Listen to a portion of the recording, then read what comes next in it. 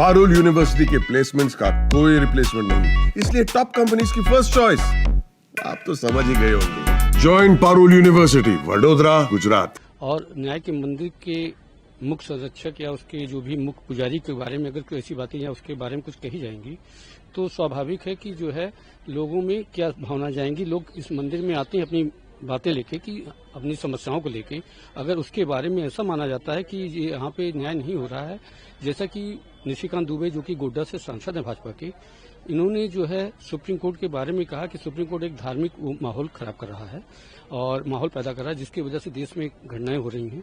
उनका ये भी कहना था कि जो भी ये जजमेंट आया, उनका तमिलनाडु के जो बारे में जो जजमेंट दिया गया जस्टिस पारदीवाला और उन्होंने, उसके बारे में उन्होंने कहा कि जो है अब सुप्रीम कोर्ट जो है राष्ट्रपति को बताएगी कि कितने समय में निर्णय करना है। बात यहाँ निर्णय करने राष्ट्रपति के अधिकारों के बारे में नहीं कहा गया। बात ये कही गई कि जनता की जो भी प्रॉब्लम है, जो भी सरकारें चुनी जाती हैं, चुनने के बाद उनके कुछ एजेंडे होते हैं, वो जो बिल लाते हैं उसमें जनता की भलाई के लिए होती है और उसका टेन्योर 5 साल का होता है। 5 साल के बीच में उस कार्रवाई को करके उनको फिर जनता के सामने आना पड़ता है।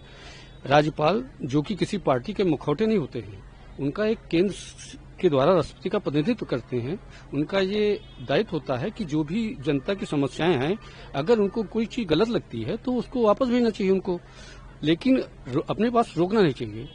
कितने आपने देखा हो कि 10-10 बिल जो है तमिलनाडु के रुके हुए हैं और स्टेट में भी सारे रुके हुए हैं। इन सारी चीजों को देखते हुए अगर न्यायाधीशों ने कोई अगर निर्णय दिया तो उसके बारे में तो विचार करना चाहिए, ना कि उसके बारे में कमेंट करना चाहिए। सुप्रीम कोर्ट एक ऐसी संस्था है जिसको लोगों पे बड़ा विश्वास होता है। कितने झटके झेलने के बाद लोग सुप्रीम कोर्ट तक आते हैं, कहीं ना कहीं उनका एक विश्वास होता है।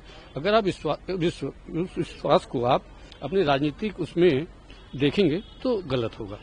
देखिए, सारी जो है जो भी बनाए गए वो कार्यपालिका अलग बनाई गई, न्यायपालिका अलग बनाई, सबका एक बना हुआ है। अगर उनके पास अगर किसी ने कोई अपनी बात लग के लेके आए थे, किसी पर्पज से लेके आए थे, तो उनका काम है कि जो पूरा न्याय देना, कंप्लीट जस्टिस देना। तो 142 में जो उन्होंने दिया वो तो उनके अधिकार में था। अधूरी न्याय तो दे नहीं सकते थे कि आप इस पर विचार करिए। अभी तो इतने साल से वहां रुके हुए, फिर वो वापस भेजते, फिर वो न करते। तो इस वजह से उन्होंने कहा कि सारे बिलों को आप पास करना ही ठीक है और एक टाइम फ्रेम होना चाहिए।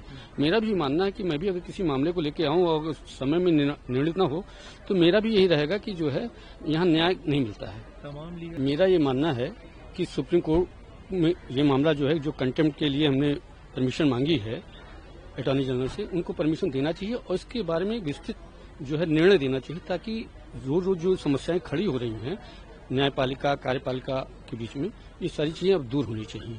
संसद का अपना काम है और न्यायपालिका का अपना काम है। हस्तक्षेप नहीं करना चाहिए। अगर उन्होंने कोई निर्णय दिया है तो उसको स्वीकार करना चाहिए। अगर उससे कोई असहमति थी तो उनको रिव्यू पिटीशन फाइल करके अपने उसके जो उनको नापसंद थी उसको दूर करना चाहिए था।